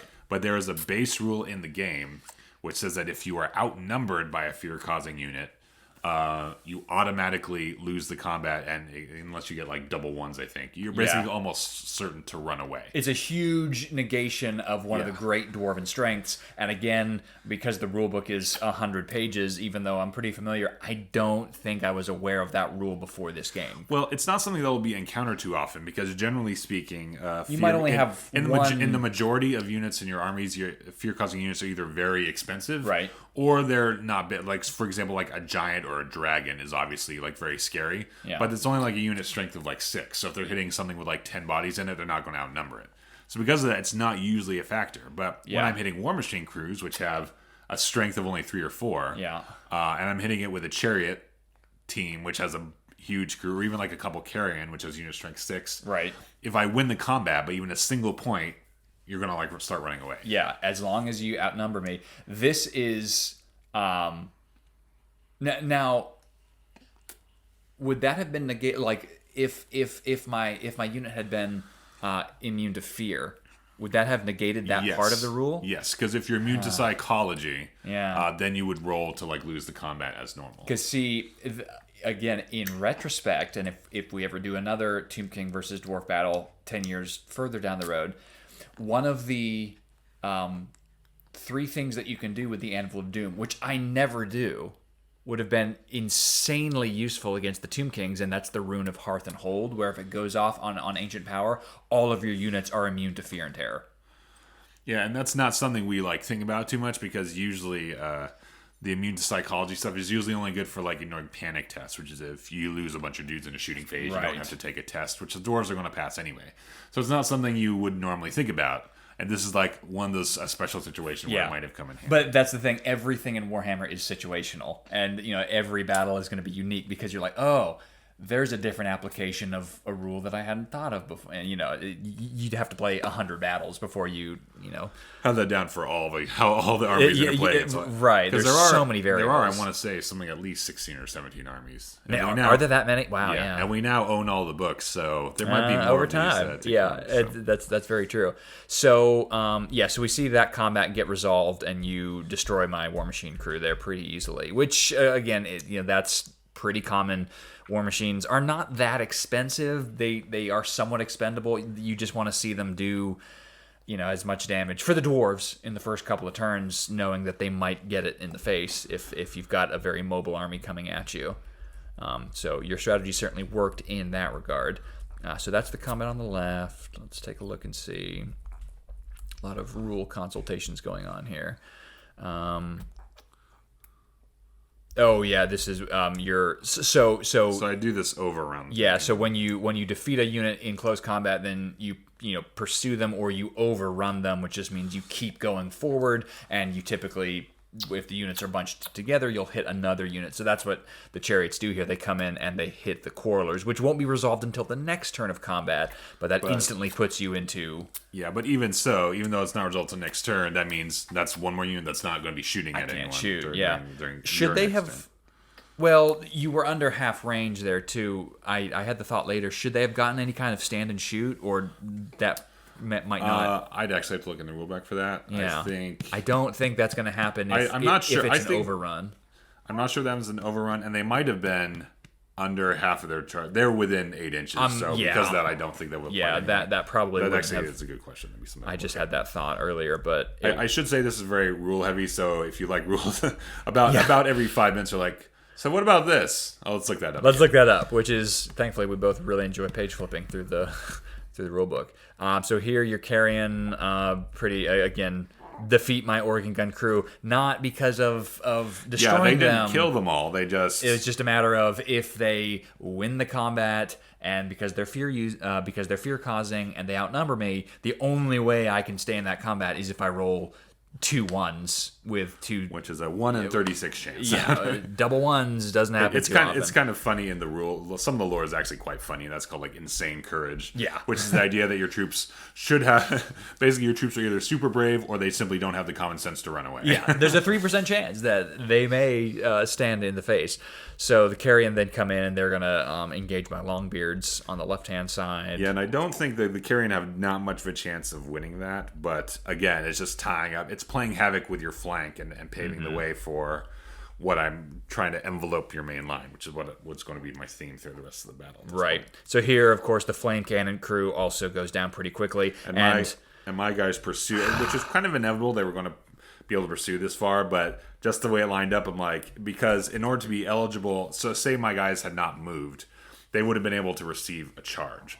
But because they pursue enough to get out of your line of sight, which is like in a 45-degree arc, because of that, you are not able to charge me. So even though my charges are right next to you, they're basically waving as they go by. And that's so, although it's kind of deceptive, I'm just in line with you guys. I'm facing to the bottom of the screen there, and they're still facing to the top. That's a very good situation for me tactically, because it just plays havoc with your line. I have a free reform, so next turn I can turn whichever way I want and do still be able to move and do lots of things. Right. So it's very bad for David tactically that I've been able to breach his line at that point. And of course, this there's all as soon as you're on the losing side of a battle in Warhammer, you're second guessing all of the decisions that you've made. Which is that's just part of strategy in general when you're losing, I guess. But now I'm desperately wishing that I put my hammerers or either of those block units slightly behind my flame cannon, so that if you had overrun them, there would have been no chance to do that. Right. Leaving that gap there looks really great in the line, but I should have thought forward to, if he hits the cannon and overruns, again, I wanted my hammerers to get charged, because getting charged is the only way you can put down the Oathstone, and that unit kind of becomes just a little bit more superpowered. But he manages to squeak through the line. I do not take the charge, and yeah, like you said, now I can't see you, so I can't charge you on the next turn. Your single carrying unit up against my organ crew. They actually... Yeah, what happens? I forget what happened as a result of that combat. Yeah, I'm trying to remember. Oh, my swarm attacked you in the rear. That's why. Yeah, that was. So I think you killed the carrion, but then my swarm. Yeah, you killed the carrion, but then my swarm was still able to win the combat. Yeah, overrun into the. That's right. Right, and so that swarm just surges forward, and that organ gun is no more. So I think all of my. And then we've got the carrion there. This is where your grudge throw, because they are entrenched because of all types of bonuses against chargers. Right. So actually, I do they lose. end up doing really well there. I lose one model, but I kill a carrion. I do some more wounds, and I think I think I lost the combat. I win the combat because you killed more than one. I didn't outnumber you, right? And because of that, there was. Oh, but so here we are about to go into the bottom of 2. So you lost the combat, but not enough to actually destroy that carrying unit. So that's right. Yeah. They are holding on there. So bottom of turn. There's a thing, just a mechanic I should talk about here. Like usually, if you lose the combat, you have to roll to see if you stay or run away. Right. Another thing Advantage of the Two Kings have is that they're all unbreakable. because they're all undead. They literally have no brains to tell have a fear impulse. So because of that, they will never run away. In order to, if they lose a combat, they basically suffer damage depending on how much they lost the combat by. So if they lose the combat by a lot, they basically just disintegrate into dust. But if they lose the combat by a little bit, less happen there, they just kind of stay there and fight again the next turn, which, again, I have no chance of winning that combat, but they've kept your guys tied up, and they're not going to be able to shoot the next turn. Right, exactly. So here we are in the bottom of the second turn. I've got my unit of warriors there on the right-hand side that have kind of gotten squished between the combat happening and the trees, and I really have trouble maneuvering them into... And I think I built those I put those because I think I placed that specifically so that you wouldn't have a range unit there that could shoot at me. And it actually ended up kind of clogging up your side there, which I think you might have, if there had been open ground here, you could have conceivably like really had an advantage on this flank. And I think your unit there, which kind of anchored it, just ended up getting a little bogged down. Yeah, and there would have been... By the time they eventually get into play, I've been able to... Well, you'll see, but I've been able to basically break through the rest of your flank. There would have been enough space to bring them through that gap between the trees and the mountain and the hill, I'm pretty sure. But with the combat there, it just tied them up. I bring the hammerers out a little bit further into the center just to try to get them out into the playing field. And then we go into combat of the bottom of the second, which, as you'll quickly see on the left, my quarrelers instantly disappear, and that is because I failed a roll that I should not have failed. Which roll was that? That was charged by fear causing enemies. Did I outnumber you at the end of that? If I outnumbered... No. We didn't even get to the combat there. Did they just run away? They just straight ran away. So if you're charged by a fear-causing enemy, you have to pass a leadership test, which again is not typically hard for dwarves because my leadership is 9, which means 2d6. All I need is a 9 or below. If I roll a 10, 11, or 12, that's bad. I rolled a 10. And I must have outnumbered you then, which is why you ran away, because... I think it just reduces your weapon skill if you don't. No. If you're charged by a fear-causing enemy and you fail the roll, then you flee. Oh, really? Oh, okay. Yeah. Oh, you're right. Yeah, you just run away. There's two. You end up doing, in terms of your leadership roles, you performed pretty much as expected, but you failed 2 pretty crucial ones. Yeah. Well, that was probably the most crucial one. The second one is like way later when your unit charges the king by himself and then fails, which is not crucial as much as it is just funny. But your leadership performed well. It's just more that mechanic of outnumbering you with fear, which ended up being the clog there. Right, precisely. So my quarrelers flee off the board entirely. You overrun them. I think I managed to stay on the board there. I think so, yeah. Which is good because there are rules when you come back on the board. If you run off the board in pursuit, you come on the board the next turn but can't charge. Mm-hmm. And just so basically staying on the board is actually good for me there because I've done what I want to do. Right. And so I think somewhere in here. Oh yeah, I do. Once you get, I should say in Warhammer, once you've done the first couple turns, the pace starts to pick up.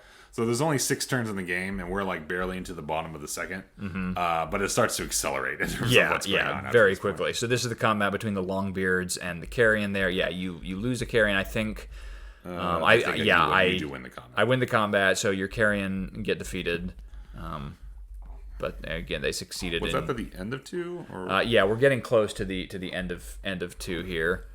Let me just. We've got the combat over there. Yeah, so here I win the combat against your carrion, and I actually successfully. Here's where the shooting. So that my Tomb King, that unit of chariots, has been not shattered because the Tomb King's still there. Right. But it basically tore them to pieces with your gun, with what remained of your gun line there. And this is what happens to this flank here is sort of what I was afraid would happen along the entire gun line, which is there's by the time I hit your line, there's no one left to really.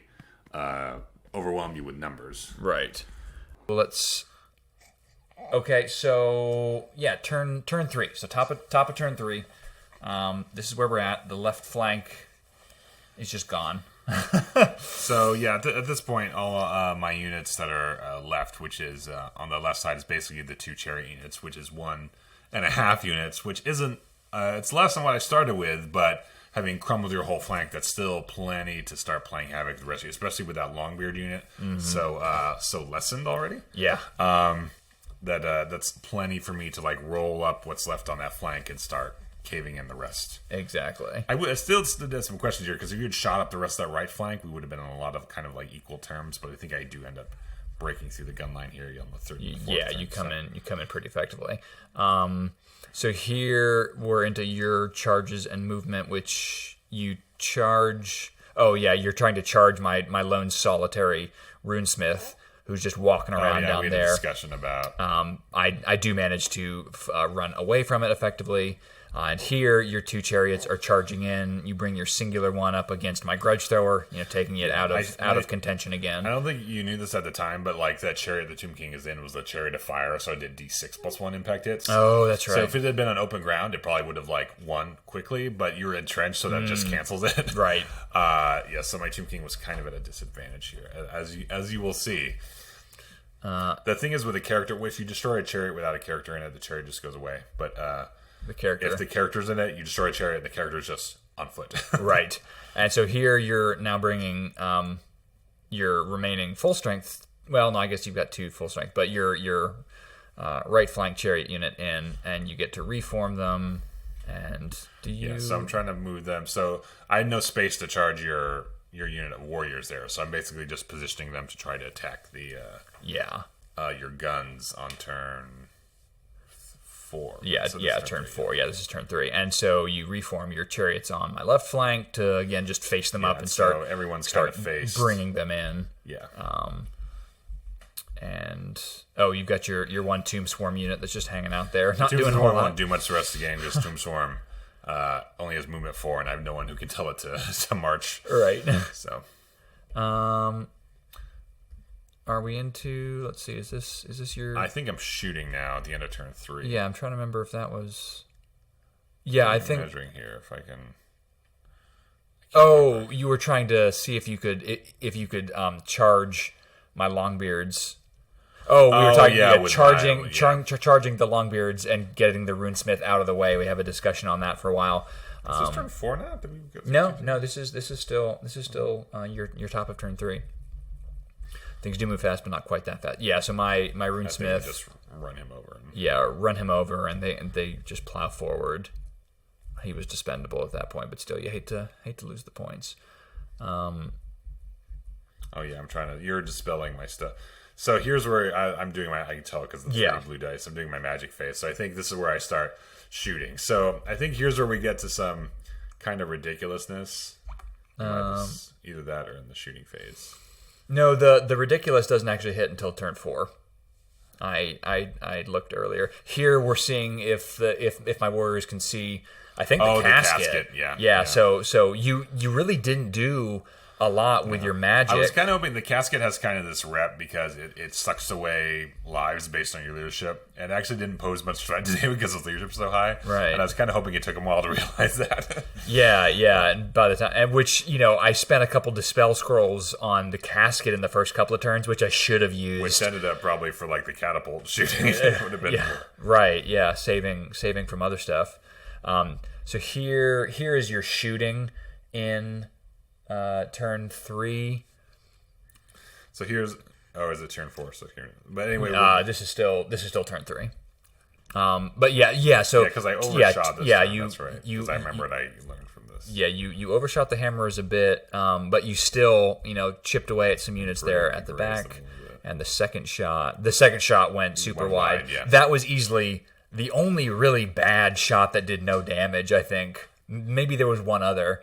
I think every other shot from your catapults did some kind of damage. Yeah, but even so, I mean, you start out with 31 hammers, now you're down to 24, and with each little chip, that unit, which is still kind of holding your center, is getting a little bit less intimidating. Right, but still, 24 hammers, that's still a good unit. I still have a shred of hope here that if the chariots, somehow were all to, charge in against my hammers, I might still be able to hold my own. Yeah, and I think we're still doing the combats Yeah, here. this is the combat, which again is still just a couple of just those two War Machine crews. Combats on the right.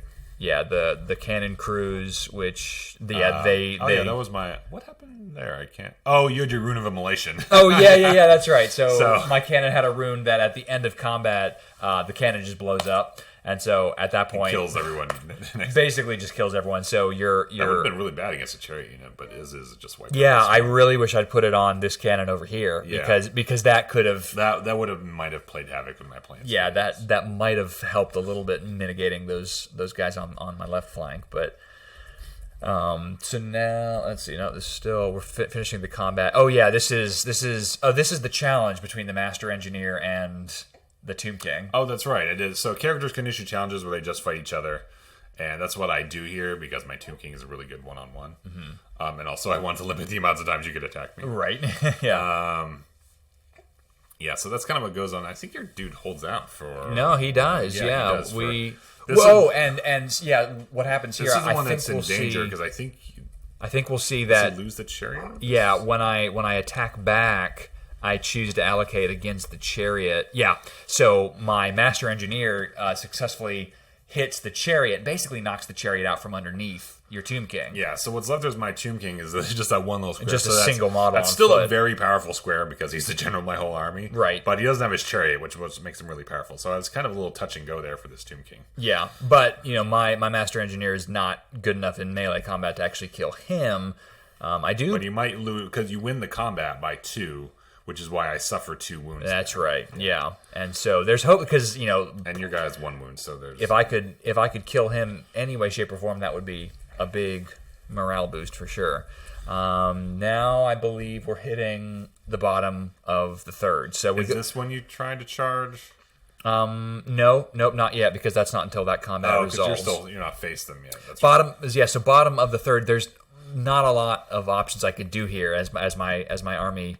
Begins to get slaughtered. I start to move my warriors a bit. We have a discussion here. They get caught up in the trees. I'm only able to really just pivot them so they're facing this combat that's going on here. But I can't move them into it yet. I'm just trying to position them, just desperately trying to get them into place somehow.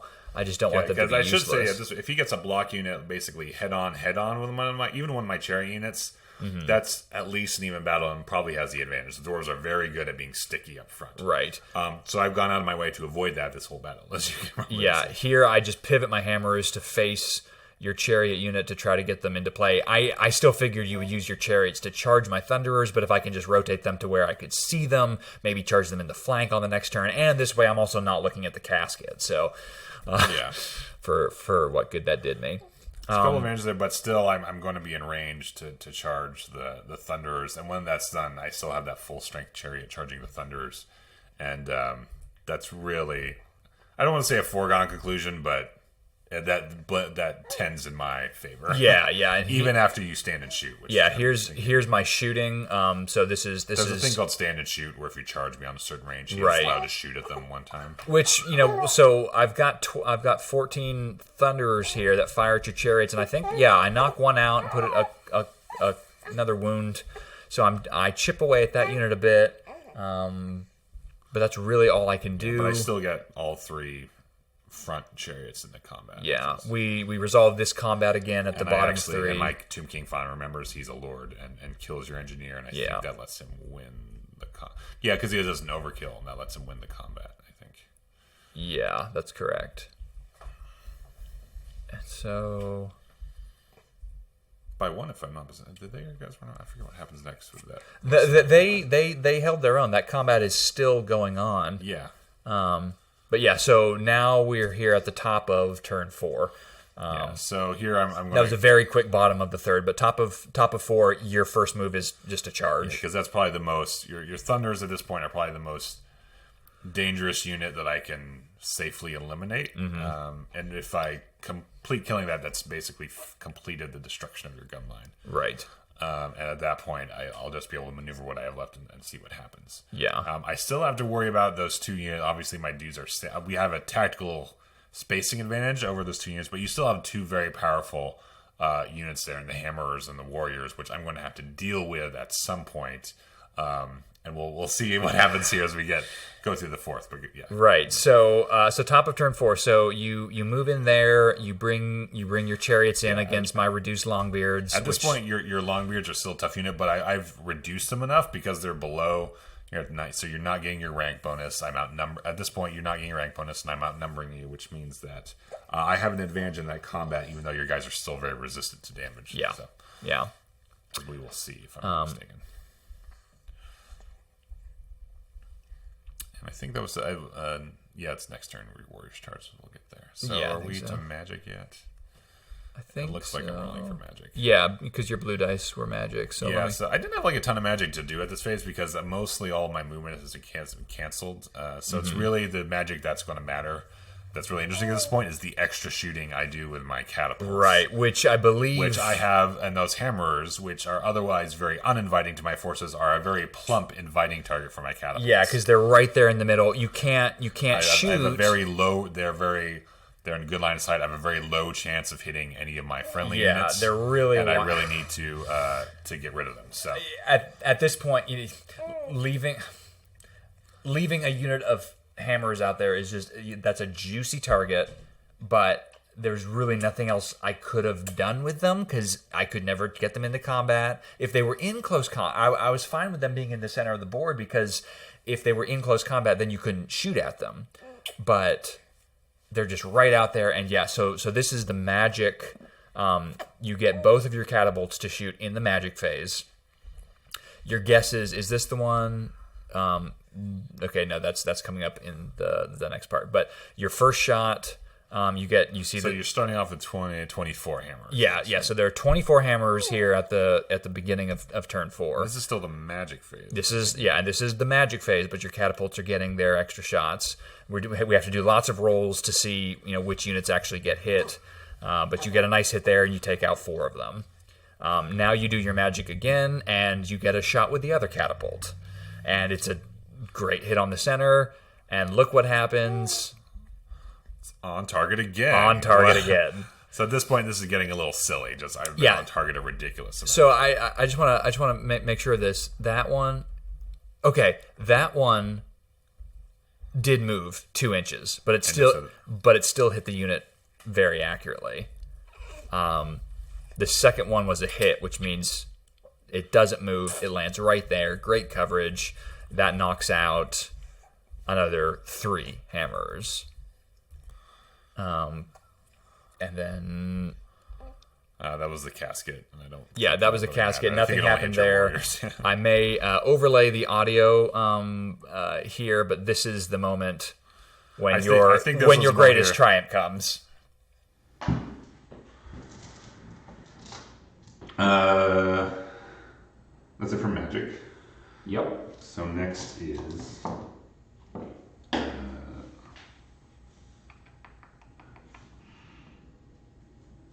Shooting. Yeah.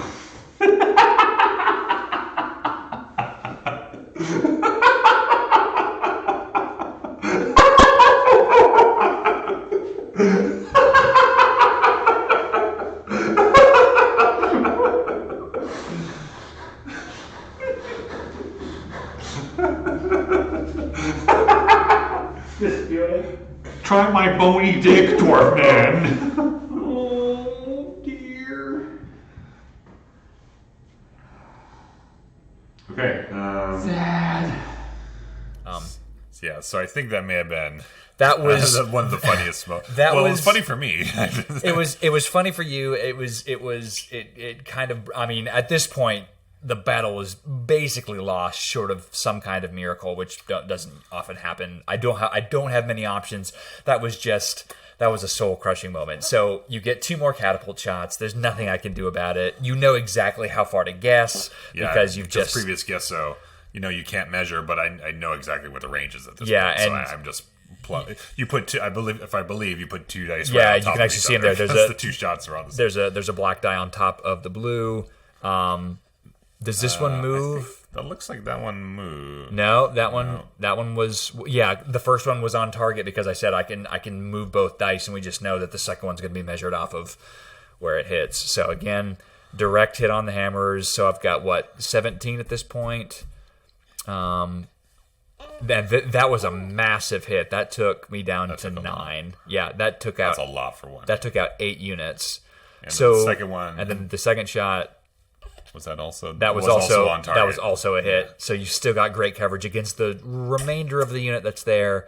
I've got 9 units, and I go down to 7. You start off that turn with like 24. I start off the top of that turn with 24 units, and I'm down to 7. So that's 17, which is over half the unit's starting strength, and it basically takes that hammer unit from like a thing to be avoided to an annoyance. Yeah, 24 hammers. That's a big hammer. 20 units, even 15. Could still really hold their own. Once you get down to beneath 10, you don't have any rank bonuses. You're really pretty fragile at that point. So yeah, that was huge. Like that was just it wasn't huge because again we'd progressed far enough in the battle where it wasn't a tide turning moment, but it was. It kind of spelled the difference between are we leaning toward like a minor defeat toward a major defeat, and that kind of said okay, we're heading toward the back half of the defeat category. That really turned the heel just a little bit on how that went. And then I'm able to finally you get rid of my grudge thrower crew, so they go away. And the rest of the combat, the Longbeards and the guns. The Longbeards and the Thunderers. So Thunderers first, I lose some units there. So we're doing the combat here. So after each side attacks, we determine what happens. So I killed half of your unit, which means I'm probably winning that combat by a lot. And that was when you charge. So you get impact hits, you get all the attacks. Chariots get impact hits on the turn they charge. So on the one turn they charge, they get a bunch of extra damage. Right. And so do they? Yeah, I lose by a ton.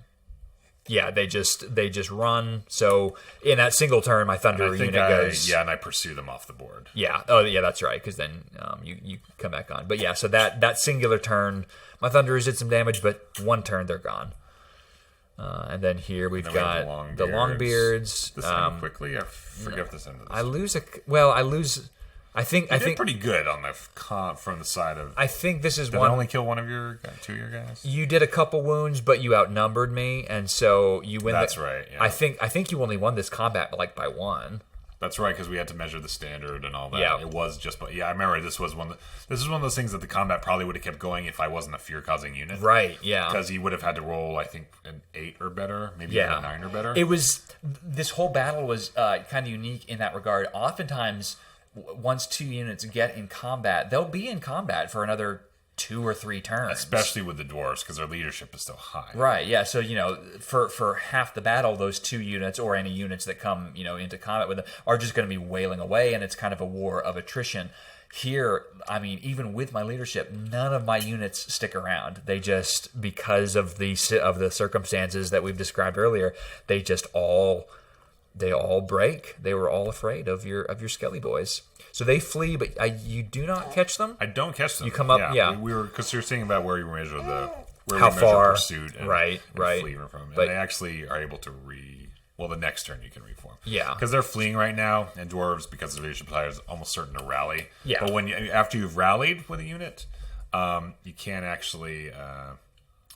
You can only turn around. You can't do anything else. Right, yeah. And I think that was where your warriors tried to charge my Tomb King. Here over on the right-hand side. I'd kind of written off my Tomb King had basically done his work. He was like, all right, you've done your job. It's okay to die now. Right. And this was the one of only 2 really high tests, because I think you rolled an 11.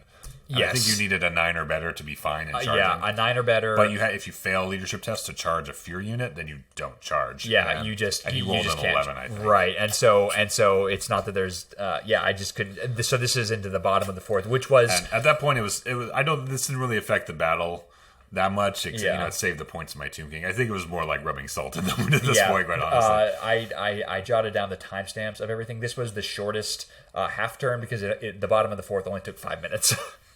At this point, he doesn't have units that can do much. He has warriors that charge was who can turn around. Yeah, that charge was the only thing that I could do, and as soon as I couldn't do it, then I turned the hammers around. I rallied the Longbeards, and there's nothing else. Those 3 units are all I have.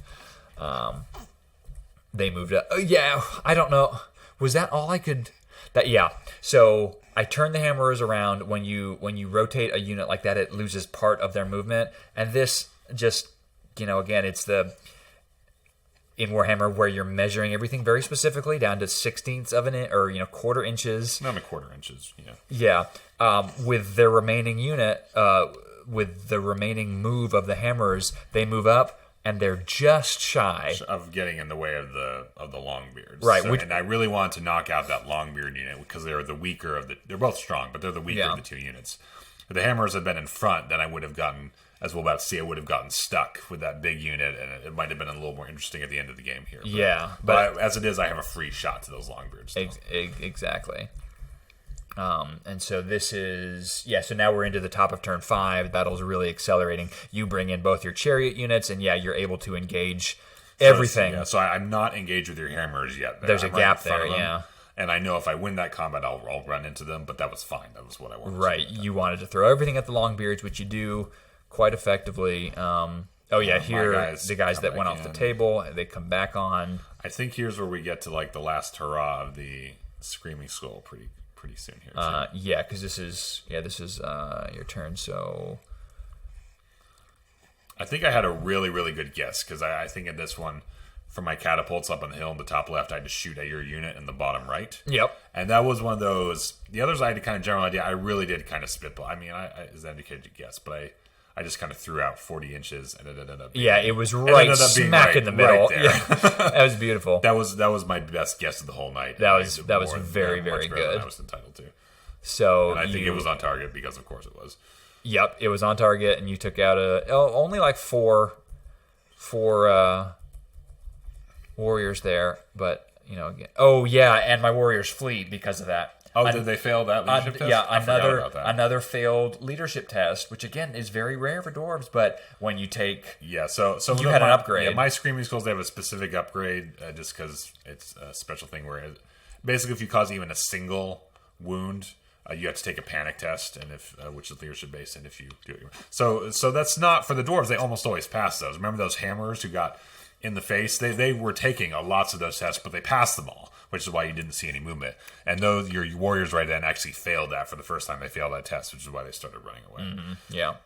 So they run the only and you get the second shot, which also hits very effectively. You get didn't scatter again. Yeah, on target. I'll do the math later. At a certain point, it stopped being funny. It was just painful. And then so again, those units are running away. So I'm just kind of like just picking them off with the catapults. Here, I think we're into the combat between. Oh, we should talk about the miners really quick because those came in. Oh yeah, I'd completely forgotten. They come in at the top of. At the bottom of the 4th. They're in the very upper left of the screen. You see, I've got 10 units not hiding out. The miners, you roll each turn starting on turn 2 to see if they come out. They didn't come out until the 4th. There was really nowhere else where they could have been useful. I could have brought them in at the bottom. But because they can't charge when they come in, it kind of limits their utility because I can just avoid them. So I had a special item. He could have conceivably charged like my war machines on the hill, but I had a special item with those Tomb Kings, which I'd kept in, which allowed them to turn around for free and start chasing them, which they proceeded to do. Because that block unit was away, so I thought, well, I can bring them in, and the next turn I could charge them up the hill and get some retribution on the catapults. But no, was that a banner? It was a banner. A banner. A banner which lets them do a free reform prior to charging. Unbelievable. So again, just great strategy. Great positioning of that unit. I will say we talked way back at the beginning of this. We talked about stuff you'd thought about before the battle. Yeah. That was actually a specific point I thought about when I was planning this army. Because I'm like, if I'm moving up to the front, how do I protect the back? How do I protect that casket? And because I was sure he would bring miners, and I'm like, well, this is the way. Because this way, when he comes in, he can't charge, and I will be able to and attack you in the face. That's such a uniquely great item too. I wonder if other armies have anything equivalent. Like off the top of my head, I'm not sure. But I don't. I mean, because typically you can't rotate a unit and charge in the same turn. So if that unit had been facing one way or the other, great. I'd just bring up the miners on the other side, which is exactly what I did because they were facing the other way. And exactly what I counted on. Yeah, and I had no idea that unit existed or that banner existed. Again, it's just like when Matt Young walked through the mountain because we didn't know that he had story that. there. Yeah. And I say this, and if you've been watching the video, you've been watching the Tomb Kings kind of stomp all over the dwarfs here. The Tomb Kings are not, from a magic item standpoint, they don't actually have that much that is awe-inspiring. That is one of the most useful things in their inventory. Again, very situational, and it was the perfect situation for it. So here we've got the your chariots versus the Longbeards. My Longbeards are just getting smacked in the face. Yeah, and I win this. You won it pretty handily. And do I run? Yeah, I must have just. Yeah, and I think because you measure if you caught him before you. Oh, that's right. Yeah, so I flee, you pursue, you catch me. The unit just instantly puffs out. Your separate unit there goes forward, but then your bulk unit, which that's still a full unit of chariots. Like that was the one unit I could not touch. They finally get into. I combat. think you dropped the O-Stone. I dropped the O-Stone finally that I've been waiting all game. And at this point, it had gone from like a game. It had gone from a game-changing development to kind of an endgame oddity. Yeah, like I put this out. Basically, how interesting. The O-Stone virtually had no effect. The only thing to my advantage is whatsoever. that because it made your guys immune to psychology. Because of that. It made him immune to fear and terror, so I wasn't able to use that. I outnumber you, and I'm chasing you now. That's not even the Oathstone. That's just that's just them because they're with the Lord. You're right, that's just the Lord in the unit of hammers. The Oathstone, so because they're with his general. The only effect the Oathstone actually had on the battle was that my Lord had to issue a challenge to your character. Yeah, and I had a Tomb Prince who is not nearly as good as his Dwarf Lord, but was able to stay alive through the end of the battle. Right. So This is beginning of turn 5 now. This is the bottom. This is the bottom of turn 5. Okay, so now, yeah, basically all at this point, I can do. You just don't have a ton to do again. So. Yeah. Okay. This is the bottom of 5 because I do rally my warriors and I turn them around. That's all I can do with them. The miners up in the top left. As soon as he sent that block unit of Tomb Guards, I just ran because there's nothing I could do. At that point, I knew I was getting tired this late in the night because I said, we could get into combat. It just means more dice rolls. What's the point? I was kind of looking forward to it because my Tomb King have Tomb Blades, which I've still never seen in action because they have Killing Blow. It's a special thing. I would have done the combat if I had brought blasting charges, but I did not, and so there was just no point. But you had the steam drill. I did have the steam drill, and I would have liked to see how that did I didn't bring a unit leader though, so you couldn't have done a challenge or anything. It just would have been a lot of nice attacks. But so now we're just handling the combat in the center again, right? Yeah. So you chip away at my hammers. This will just chip away to the end of battle here because your guys are essentially unbreakable, and my guys are undead, so also unbreakable. So yeah, the only other real thing that develops here, and I don't even know when, turn 6. You knock off one of my chariots because your Dwarf Lord's a very powerful guy. Yeah, it knocks off a chariot, and then this is Tomb King down in the corner. Yeah, he charges. The chariots charge, so we do get this final new combat here up in the left. You see, I think you charge and I flee. At this point, I will say because I think we've moved to top of turn 6, and my consideration in the end game is so you get points not only for killing people but establishing control over corners of the map. So I'm trying to, you see my chariot unit with those 2 chariots at the bottom. I'm trying to move them to the left to establish that bottom left quadrant control, and chasing your miners to establish control on that top left. That was basically my consideration at this point, was not killing him, but just getting my people in corners of the map to get points. Which is marginal because that corner is like 100 points, and at this point you've so thoroughly decimated my army. Yeah, that's kind of like we were more just for fun. Again, at this point we've also been playing for like 8 hours. Yeah, so we're like, let's just milk this for all it's worth. Most ardent Warhammer fans, they're like can suffer fatigue of game. So you move you move your guys to capture that table corner. My miners do. They end up running off. Yeah, the board they flee on the final turn. Yeah, they just ran off the board. What's the which I could have contested it for 100 extra points, but and you would have gotten the points for the miners. I don't know how expensive. Oh yeah, that's true. That might have actually moved it out of massacre territory for it. No, they were only 110 points. Oh really? The whole well, no, because I gave them. Because I want massacre by like what 100? No, maybe they were 140. So 240. It would have been close. It would have been very close to keeping it out of massacre land for you. But still would have been and victory, whatever. If these guys could have held too, This combat was closer than I thought. How did this? I lose a couple of warriors there. I'm pretty sure I won the combat. I can't remember how much. Yeah, I lost a third one. I lose a fourth one. So you're chipping away at them. I lose a couple more. You just did a lot of wounds there. I guess because I have. Remember, although it's not that size-wise, remember I have a Tomb Prince and my Tomb King who have a bunch of attacks. So they're lopping heads off Dwarf Warriors. So I think I win a lot just by the amount of wounds. And by that point, wasn't this a pretty close outnumber? Well, no, 3, 6, 9, 10. I think you outnumbered we by counted a couple, it, but I was outnumbered like 14 to 8 or 9. Yeah, and so they don't have insane courage. They flee. We're close to the edge there, so they flee off the board. Your guys, my guys barely stay on that. Well, it ended up not mattering because your guys are still contesting. Yeah, my hammer is contested. Yeah. And then somewhere in here, we're on to the bottom of 6, which is just more combat. And really, that's the only thing left to do in this game. Completely superfluous. Just that combat, probably because your Dwarf Lord is really, really hard to kill. But he wasn't an offensive powerhouse. So he had trouble doing a ton of damage to my guys. That probably would have gone on for like 2 or 3 more turns. Yeah, it would have been.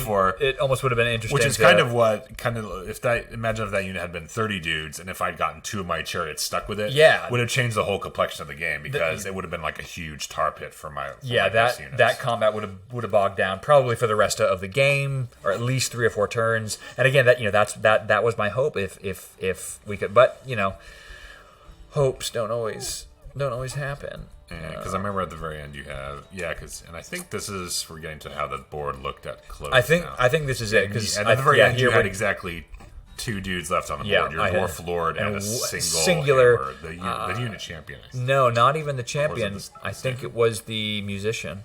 No, you took off. It was the standard. You took off because the standard. It was the standard. Yes. Yeah, that's correct. One lonely flag. And so that's basically because here we were actually just doing a little bit of recap. So that's basically what the board looked like at the end. It was the momentum. Yeah, it really picked up. Credit to having a good time with Warhammer that I could get so thoroughly stomped and still enjoy it because them's the way it goes sometimes. This was a big memory trip we hadn't had for 3 or 4 years since last time we played one, and I'll admit that you're just seeing all the squares there, but we have memories of doing this with like actual figurines. So when we started it, we had all the materials, and I half wondered like, hey, is this still going to be like fun? Still get the thrill of like the kind of like the role playing in a strategy way with just these cardboard cutouts that are labeled? And the answer is an astounding yes. Yeah, it was enormously fun. It really felt really like Warhammer the whole way through. It felt like it has when we've played it before. Yeah. And so I'm a very worthy rematch from many years ago, the one that went decisively in your favor. We did calculate up the victory points, and you were a couple hundred points over into massacre territory, which is the greatest margin of victory that you can have. Understandably so. Which shows how competitive the match is, that even if you'd save like one more of those units, it just becomes like a large victory. This was a 3,000 point battle, which is pretty big for Warhammer. But a challenge has already been issued and will be answered. And that's the beautiful thing about Warhammer is that we have a lot of possible battles which can serve as challenge and re-challenge forever and ever. So, exactly. So it was a fun time, brother, and I hope we get to do it again. Back into it. Warhammer will continue.